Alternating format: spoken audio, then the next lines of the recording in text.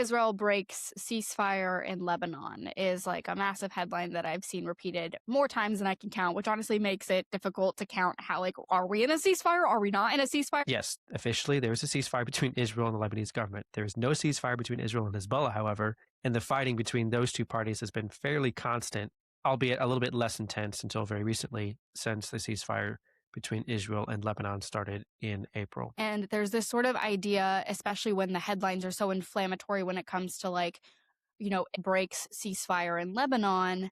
Well, that must then obviously mean that Israel is sabotaging negotiations, which we just talked about, or they're just trying to, like, expand territory in Lebanon. Welcome to Passages Pulse, where we track the heartbeat of Israel and the Middle East from a Christian perspective.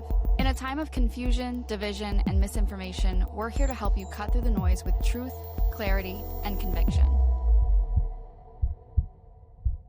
Hi, everyone. Welcome back to the Passages Pulse. My name is Josiah McGee, here with my co-host, Olivia Lane, and today is Wednesday, a late Wednesday in May. We are here to have a fun conversation about Lebanon. Like many people, we are, of course, still very interested to see if there is going to be a deal with Iran coming up, actually, whether it can still happen and what it would actually look like if it did happen. That being said, it seems a bit premature yet to report on these rumors of a peace deal between the United States and Iran until it's actually been signed. So we're going to take a step back and take a look at another angle to this whole conversation, which is Lebanon. One of the major wild cards to this conversation is whether or not it would be included in this ceasefire between the United States and Iran, a secondary ceasefire between Israel and Hezbollah in Lebanon. And so we want to take some time to talk about that because it is, I think, a fairly overlooked at times, underreported, but pretty significant issue that deserves some attention. So we're going to dive right into that, and I want to go ahead and get started. But first, Olivia, would you like to maybe give us a bit of background in terms of why has Hezbollah been at war with Israel? Yeah, of course. I love some good historical background. For those who maybe don't know, as you said, Josiah, this is, something that I also feel like has been pretty underreported on all fronts, really. So for those who don't know the sort of historical context, just a brief overview. After the Lebanon War in 2006, there was a UN resolution passed, 1701, which required Hezbollah to disarm and withdraw north of the Litani River. If you look on a map, you'll be able to see the Litani River. So that might be helpful if you're a visual learner like me. And for nearly 20 years, Lebanon has really failed to enforce this disarmament. And instead, Hezbollah has used this time to really, really massively rearm, building up a stockpile of an estimated 150,000 rockets, all obviously with the support, sort of the training and also the funding from Iran. And the day after Hamas's attack on October 7th, 2023, on October 8th was when Hezbollah decided to join in the attack and started launching rockets into northern Israel. They were deliberately opening a second front to the war to sort of stretch Israeli defenses as thin as humanly possible and to keep the northern communities in Israel under constant threat. And so after ensuring, nearly a year of daily rocket and drone attacks that have displaced roughly 60,000 Israelis from the north, honestly, that number could be higher, then launched a major offensive in the fall of 2024 to sort of protect these communities in the north and to hopefully bring some peace to that region in Israel. And then on October 1, 2024, Israel invaded Lebanon to sort of reinforce that peacekeeping effort. And then on November 27th, 2024, there was a ceasefire agreement that was signed by Israel, Lebanon, and 5 mediating countries, including the United States. And that deal required Hezbollah to withdraw north of the Litani River and for Israel to sort of pull back its forces. And since then, things have escalated. The situation dramatically escalated in 2026 of this year. On March 2nd, 2026, Hezbollah fired projectiles towards Israel from Lebanon in response to this wider Iran conflict, which has now prompted the IDF to respond. And all of this, that's a lot of information. It feels like drinking from a fire hose. That's the very brief overview of what's been happening since October 7th, 2023. And I guess the main question I have for you, Josiah, as we sort of dig into this, is that there seems to be a ceasefire, but there's also this fighting. So, like, what does that mean and look like realistically? Is there actually a ceasefire in Lebanon? Yeah, this is the question I think we get from a lot of listeners or other friends that I've been talking to about this conflict is why is Iran trying to link a ceasefire with the US to the need for a ceasefire in Lebanon if there was already a ceasefire in Lebanon? And to your point, Olivia, there was some sort of arrangement in April, so really not that long ago, just several weeks ago, in which there was going to be a ceasefire. It was going to be a relatively short one, but then it was extended with the option or the expectation, really, that there would be ongoing negotiations between Israel and the Lebanese government for a more permanent solution to some of these problems. And there have been some negotiations mediated by or sort of led by actually the U.S. Department of State, including at various meetings, Secretary of State Marco Rubio, which we've alluded to in previous episodes. But that doesn't really mean that the ceasefire has been totally effective, which is part of why it's coming up again in the negotiations between the US and Iran. And we can maybe in a few minutes talk about why Iran cares so much about this. Officially, what we need to know about the status of any sort of ceasefire in Lebanon, though, is this. I mean, here are the basics. Officially, there is an agreement between Israel and the Lebanese government that they reached in April. Israel was going to be allowed to maintain a presence in sort of this buffer zone or security zone in southern Lebanon, about 6 miles deep into Lebanon. So not all the way to the Litani River, but an area which allowed them to control a certain portion of Lebanese territory on an interim basis. This was not a permanent arrangement, but sort of an interim security arrangement. Israel also entered talks with the Lebanese government about more permanent security arrangements regarding the actual placement of the border between Israel and Lebanon, but also, crucially, the necessity of disarming Hezbollah. The Lebanese government essentially made a commitment over the course of the past couple of months and during these talks that they think they actually need to and are signaling that they would be willing to disarm Hezbollah and take back a monopoly of the use of force within Lebanese territory from this organization. The confusing part about this deal, however, is that it did not actually include Hezbollah, and they basically rejected it. So the two parties who have actually been fighting are not Israel and the Lebanese government, but Israel and this terror organization or paramilitary group in Lebanon called Hezbollah. And the fact that one of the parties to the conflict did not participate in the ceasefire, but that the government, which has to this point been unable to disarm Hezbollah, is the one that reached this arrangement or agreement with Israel, makes it very, very complicated. Israel agreed not to launch offensive strikes into Lebanese territory, but it also reserved the right, and the Lebanese government essentially agreed to this, that it would have the right to launch defensive strikes into Lebanese territory if it continued to sustain attacks by Hezbollah. That was pretty predictable. I mean, because Hezbollah never signed up to be a part of this ceasefire, everyone sort of assumed, or anyone who was really paying attention assumed, that Hezbollah was going to continue to attack Israel. And even though there's a ceasefire between Israel and the Lebanese government, there would still continue to be conflict between Israel and Hezbollah because Israel had the right to engage in defensive strikes against Hezbollah specifically. In practice, that means that, yes, officially there is a ceasefire between Israel and the Lebanese government. There is no ceasefire between Israel and Hezbollah, however, and the fighting between those two parties has been fairly constant, albeit a little bit less intense until very recently, since the ceasefire between Israel and Lebanon started in April.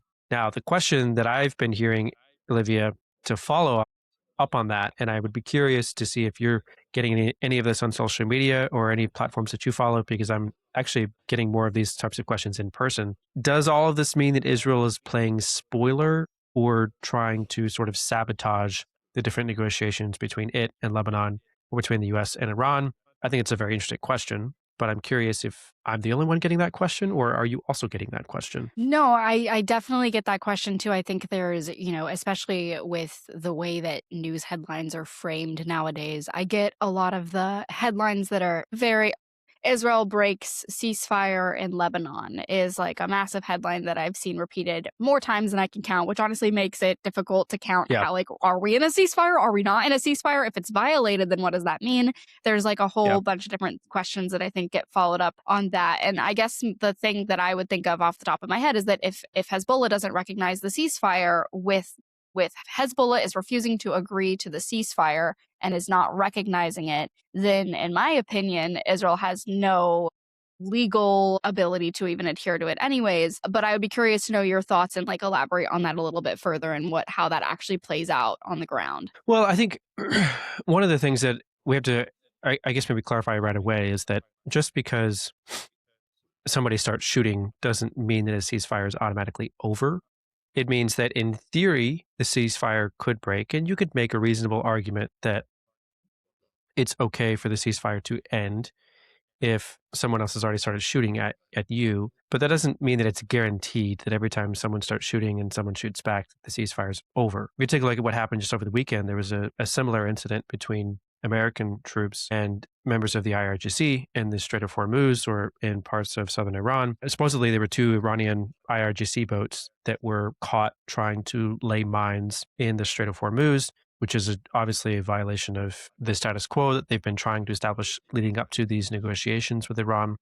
There's absolutely no excuse for trying to lay mines which could attack or destroy ships trying to pass through the Strait of Hormuz, which has been a critical part of these negotiations. So the U.S. basically responded to that in trying to sort of enforce the lines that have been agreed to or imposed up until this point by attacking the 2 boats. And then in response, the aircraft involved, the U.S. aircraft, were attacked by Iranian air defenses, and then the U.S. also attacked those air defense positions in southern Iran. And if all you read was the headline saying they're shooting in the Strait of Hormuz and in southern Iran, ceasefire over, that okay, it would be understandable if people jumped to the conclusion that the ceasefire between the U.S. and Iran was over and we're immediately going back to war. But if you then sort of stick around and watch and wait and see what happens, I mean, nothing's happened the last few days. It's been pretty quiet, and it sounds like the rumors of a deal maybe happening soon aren't going away. If anything, they're getting stronger, despite the fact that there was very briefly a bit of shooting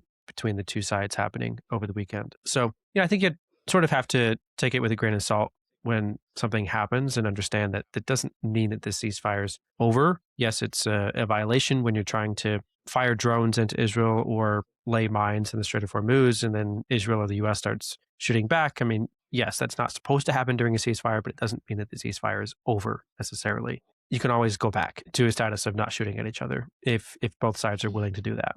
Now, the question about what is Israel up to? Is it trying to sabotage things or what's going on? Make the argument, and a lot of it I think has to do with the way that the media sort of reports on these outbreaks of violence in the middle of a ceasefire. Some would argue that this is an attempt to sort of sabotage the chances of peace deals. I think if you take both deals and you kind of separate them and think of them on their own terms, that begins to break down fairly quickly. Realistically, the Lebanon deal is not Israel's problem. It is Hezbollah's problem, because Hezbollah has made it very clear, despite the fact that the Lebanese government reached an arrangement, a temporary arrangement with Israel, that Hezbollah rejected that arrangement. It gave it no validity. It had no intention of respecting it. It was going to paint Israel as the antagonist, even while Israel was negotiating with the Lebanese government. And they were also going to reject outright the premise that they themselves, Hezbollah, should be disarmed, and the Lebanese government should be able to retake control of security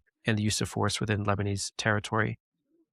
So in that respect, Hezbollah clearly is the one who, since the deal was announced, didn't even wait a day to announce their intention to sabotage the deal, to not recognize it, to not respect it, to not abide by its restrictions and its rules, and to attempt to overturn it as quickly as possible. In response to some recent pressure, they've escalated even further beyond announcing that they don't intend to allow this deal to be enforced. They've also put more pressure even directly on the Lebanese government.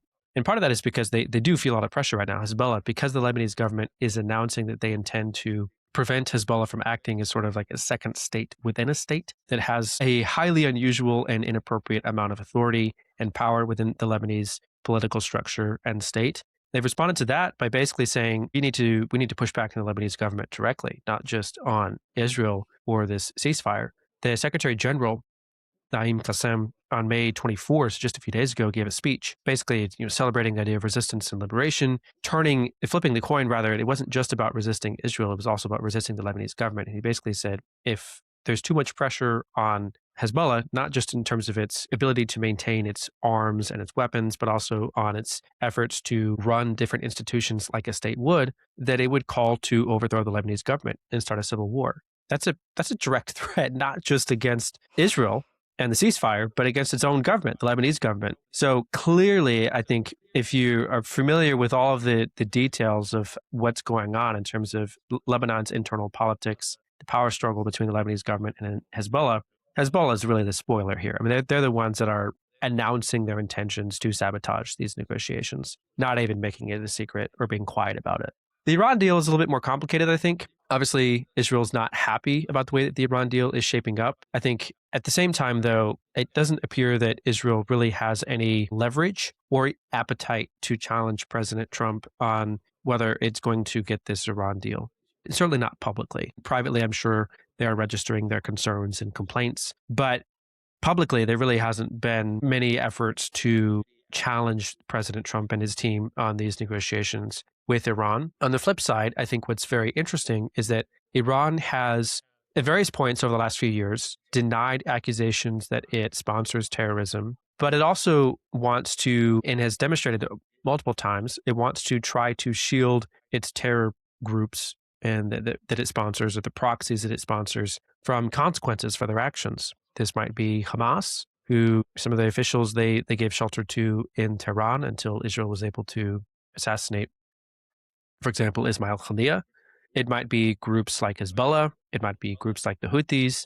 But they've repeatedly basically linked its own use of military force as or to the challenges faced by these different terror groups in an effort to basically say, if you don't want the Iranian military to carry out various attacks or acts of terrorism, then you have to release pressure on the terror groups that we sponsor around the region and shield them from the consequences for their actions. If Iran wants to link the Israel-Hezbollah conflict to its war with the United States, that's interesting.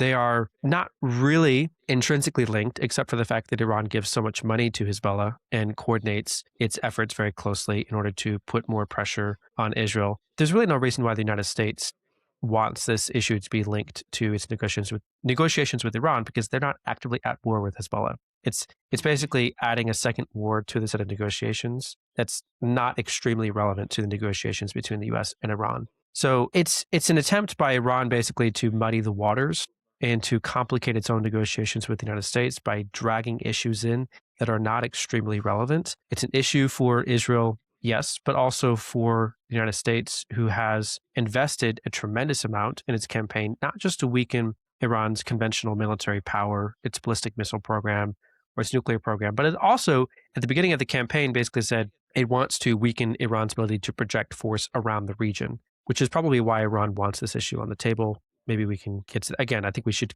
come back to that in a minute in terms of why Iran cares about this so much. But if you're thinking about this big picture in terms of what's going on, no, Israel's efforts to conduct a war with Hezbollah that is not intrinsically linked to the U.S. war with Iran is not Israel attempting to sabotage the United States in the negotiations with Iran. It's really Hezbollah and Iran that refuse to delink these two issues because it would not be in their best interests, and they're sort of dragging these negotiations down. Olivia, do you want to add anything before we take the next question?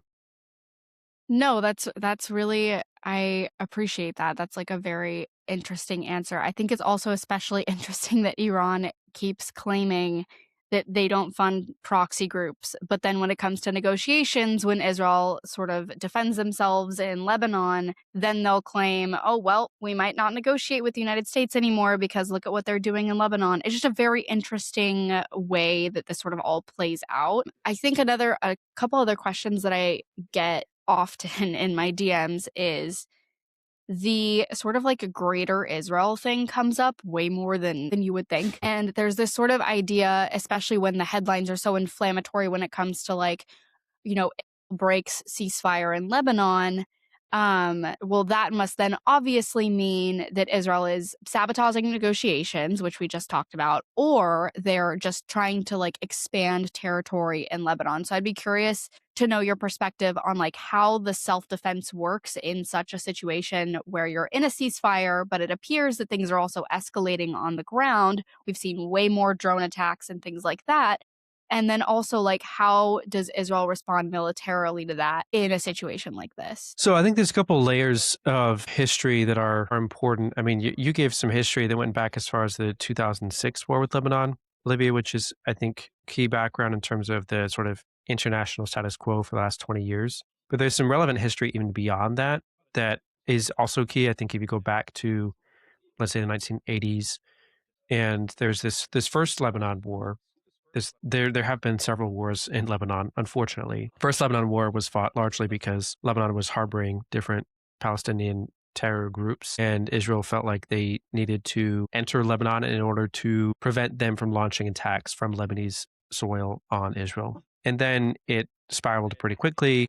It devolved in some pretty significant ways. Israel wound up holding on to territory much longer than it intended to. And I think the reason I bring this up is because in the collective psyche of Israeli society, this first Lebanon war is fairly similar to, if you want an analogy in American terms, to what the American experience in Vietnam was like. It was a war that initially you could kind of make a case that it was important and it was maybe even necessary. It was justified. But the longer you stayed, the less productive it felt, the less successful it felt, and the more Israelis felt like we're just kind of getting bogged down without there being a clear path out of this situation. And the war became extremely less popular, and the people want to just get out. So they did. They eventually just left and said, okay, we can't stay here forever. We don't want to stay here forever. We have no purpose for staying here forever. So they left. And then unfortunately what happened is that Hezbollah came very close to when Israel left. They came right up to the border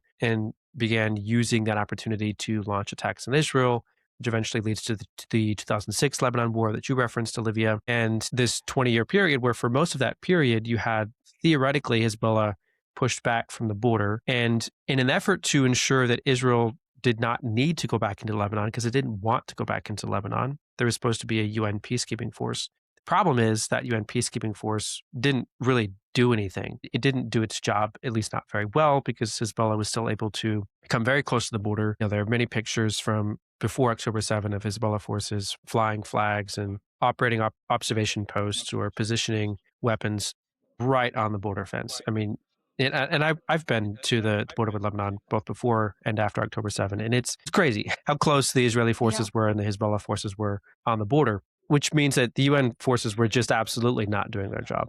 After October 7, what Israel, I think, learned was it's not okay to allow a terror organization to concentrate a large number of forces close to your border. B, it's probably not a good idea to trust anyone else to hold them back if they ever decide that they want to invade you, because that didn't work out so well either in Gaza with Hamas. You kind of just ignored Hamas for too long, and then obviously that became a massive problem on October 7, 2023. Weirdly enough, Hezbollah did not invade on October 7. They sort of waited until October 8 to start firing rockets in 2023. Yeah. But they could have easily chosen to invade on October 7, 2023 with Hamas. And the UN peacekeeping forces, based on the job they'd done up until that point, probably would not have been able to hold them back. So Israel really would have been in a very dangerous position. And I say all that to say, Israel's tried both strategies at this point, staying in Lebanon for many years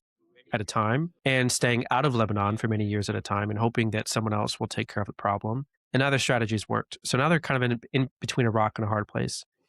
Their goal is not expansion of territory. I don't think they have any political desire for that. I think they would find it very difficult to get public support from that for most Israelis. The governments, the officials, the military leaders, and none of them seem to have any stated goals that include expansion of territory in Lebanon. You will find some crazy people on the fringe who are not mainstream, who will advocate for expanding territory in Lebanon, Syria, and Jordan. Basically, everything that was once biblical Israel should be Israel again. But that's not mainstream. That's pretty fringe. It's considered to be an extremist position and is not why Israel has gone to war in Lebanon. It's not why the elected officials or the military officials have laid out this campaign. That being said, there's quite a bit of stuff going on right now, and it is worth maybe taking a moment to sort of parse through what's going on and why. But the reason I think this is coming up is twofold. One, Israel has, of course, increased the pace and scope of airstrikes in Lebanon in the last several days, but also they've also begun to expand their ground operations again. So they've had this buffer zone in southern Lebanon since April that they've been holding on to. And as part of that, there was an agreement that they would not go beyond a certain line To be fair, that line was fairly arbitrary. It's something that they sort of settled on during the negotiations, but that was the line that was drawn during the negotiations. Israel has announced that they've pushed beyond that and have basically resumed ground operations beyond that line in the last few days. So that's part of why people are having this question raised or having this conversation about why is Israel doing this? Is this a territory grab or what's happening? Realistically, I don't think that's the case, again, for all the reasons that we've described in terms of the political consequences of a land grab in Lebanon would be so severe. I don't think there's any way that the Israeli government is seriously trying to do that. But they are reacting to a very serious problem, which is the drones that you referenced a little bit, Olivia. They don't have nearly as many large rockets or missiles as they used to. But there are other kinds of threats that Hezbollah still poses to. There is one, the anti-tank missile is a pretty serious problem because you can't really intercept that, at least not very easily. Unlike a rocket or a non-anti-tank variety of missile that goes up and it comes down, you can intercept it at the peak of its flight. It's very hard to shoot down an anti-tank missile that shoots in a fairly straight line. And that's been very challenging. One of the reasons why Israel had that 6-mile buffer zone in southern Lebanon is so that they could push back different positions that were firing these missiles directly at border communities in northern Israel. The drone problem is a problem even with Israel holding on to these 6 miles. It's not enough necessarily to deal with the drone problem because you can still put up a drone 7 miles into Lebanon and then fly it into Israel very easily. Sometimes it's even hard to notice that it's happened until it's already in Israeli territory. And now you've got to figure out a way to shoot down this drone. It's not always easy to do. They're fairly small. I mean, in some cases, they kind of look like the toy variety. You know, the little drone that you fly with the camera or whatever. The only difference really is that you strap some explosives to it, and then you can fly it into a group of soldiers or a tank or an Israeli town, a school or whatever, and you can do a fair amount of damage even with this tiny little drone that kind of looks like a toy. They have an army of those. They're very cheap and easy to manufacture. So Hezbollah has a lot of these, and again, because the early warning systems can sometimes struggle to pick up a drone and track it very closely, a 6-mile buffer zone isn't necessarily enough to effectively combat these drones. In the last week, there's been a gradual increase in the number of drone alerts per day. So Hezbollah has been escalating their use of these drones in attacks on northern Israel. It went from actually a little bit less than 5 per day about a week ago to nearly 30 per day over the weekend at the peak of Hezbollah's use of the drones in the last week. That's pretty significant. I mean, that's not a small number of drones being launched on a daily basis. And Israel's border communities are pretty vulnerable. I mean, they have for nearly 3 years now. I mean, think about it. They've been under some form of restrictions for nearly 3 years because Hezbollah did start shooting at northern Israel on October 8, 2023. It didn't take very long before many of the border communities in Israel's north were evacuated, similarly to the way that the southern communities were evacuated from the area around the Gaza Strip. And many of them have been allowed to return, but they haven't fully returned yet or repopulated these communities. Part of the reason why is because there's still some pretty serious restrictions. Even if you're not evacuated, there's crowd size limits. There are school cancellations. There are limits on what you can do inside or outside. There are, even non-governmental restrictions like the fact that, okay, even if the school isn't canceled, maybe not all the teachers have moved back yet, meaning that your classroom size is now exponentially greater than it was in some of these schools. And the kids are really suffering the consequences, or businesses haven't reopened. So you can move back, but you can't have your job back yet.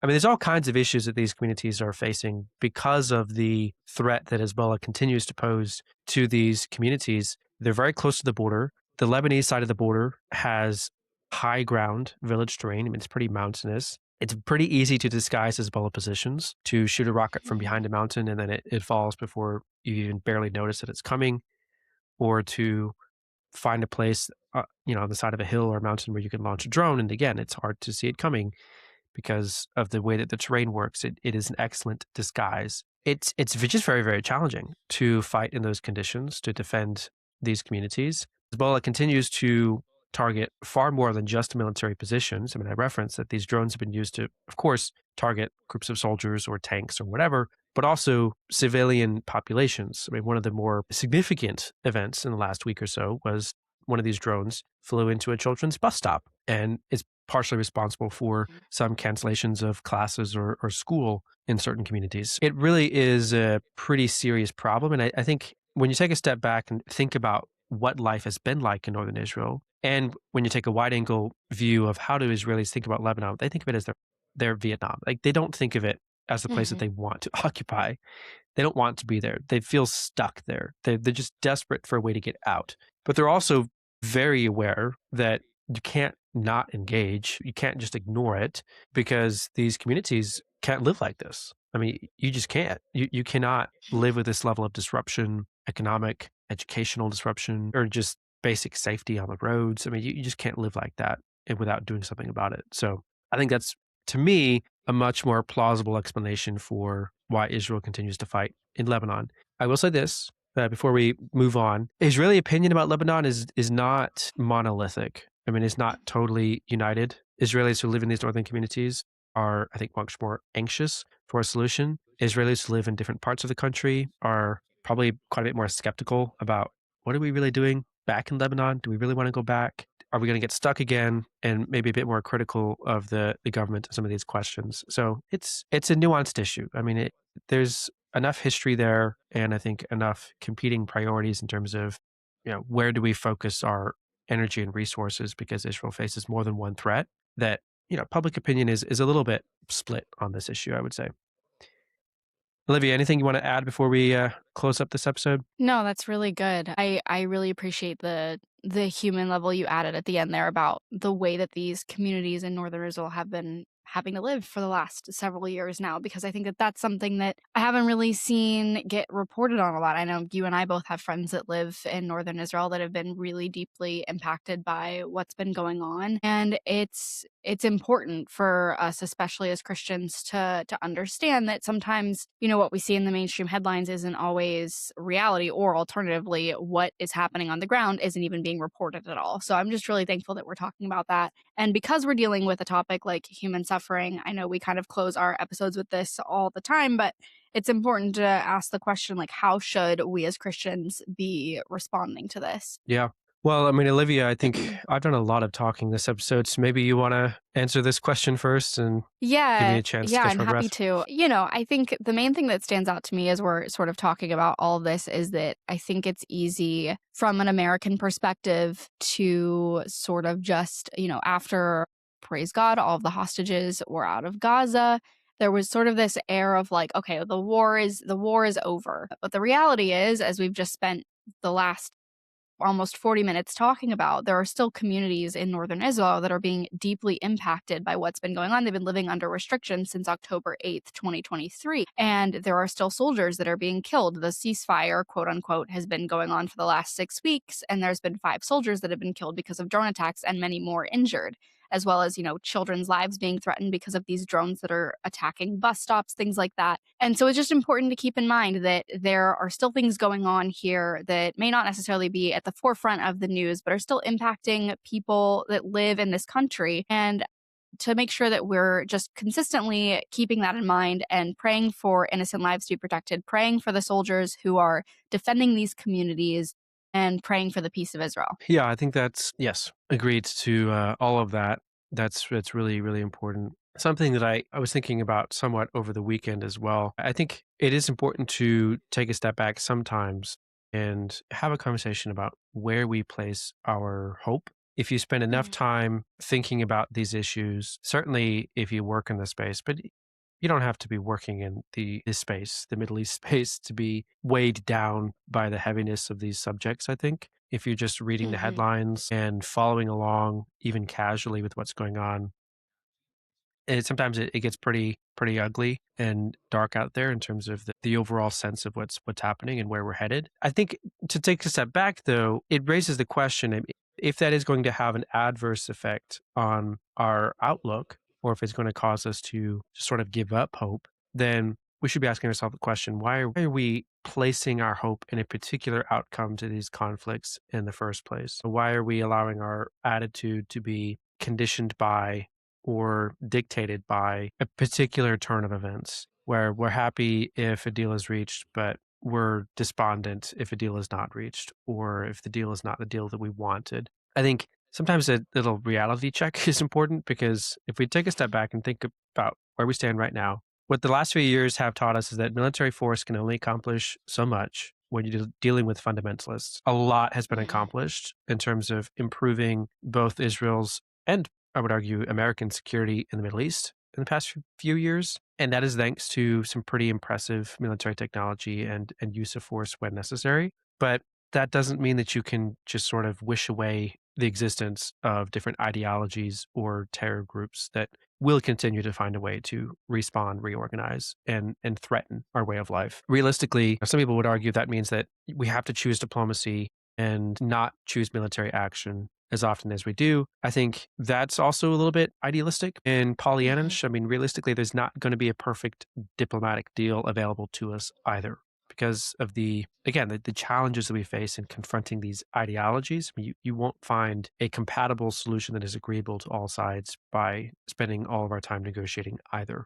That doesn't mean that we despair, however. I mean, we can't assume that the perfect solution is going to become available, especially in the short term. But we have something else, I think, that we are, as Christians, expected to place our hope in. We are, I would argue, as Christians, meant to think more long-term and big picture about the way that God works. If you just focus on the day-to-day and you can't step back and see the forest for the trees, then it's very easy to miss how is God actually working on a big picture level through the course of human events and human history. We also, I think, are, if able to utilize some of that perspective, expected as Christians to place our hope in ultimately the work and the return of Christ, not in a particular set of outcomes to these conflicts, because they are severe, they are intense, and obviously we care about them deeply, but they are also temporary. And I think our responsibility as Christians is to work to advance peace as much as we humanly possibly can while we wait for